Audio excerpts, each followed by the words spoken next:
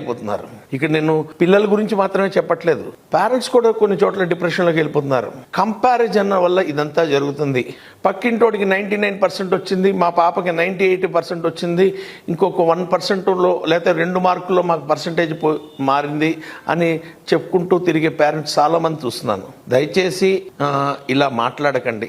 60% మార్కులు ఎబో వస్తే చాలా బాగా చదివినట్టు గుర్తుపెట్టుకోండి. 80% మార్కులు వస్తే బ్రహ్మాండంగా చదివినట్టు గుర్తుపెట్టుకోండి. 90% పైన మార్కులు వస్తే ఎక్స్ట్రాడినరీ అని గుర్తుపెట్టుకోండి. అంతేగాని పక్క వాళ్ళతో కంపేర్ చేస్తూ ఎప్పుడూ మాట్లాడకండి.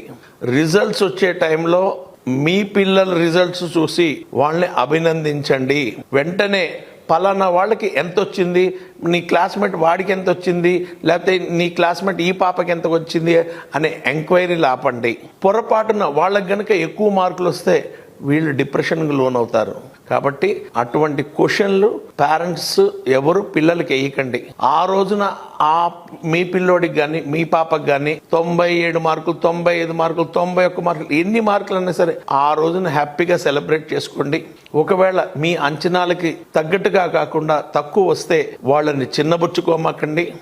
ఏంటి ఇలా తక్కువ వచ్చినాయి, నీ మీద కొండంత ఆశలు పెట్టుకున్నాను, నువ్వు ఇలా చేసావు అనే మాటలు పొరపాటును కూడా అనమాకండి. ఎన్ని మార్కులు వచ్చినా మీ బిడ్డల్ని మీరు ప్రేమగా హగ్ చేసుకోండి, ప్రేమగా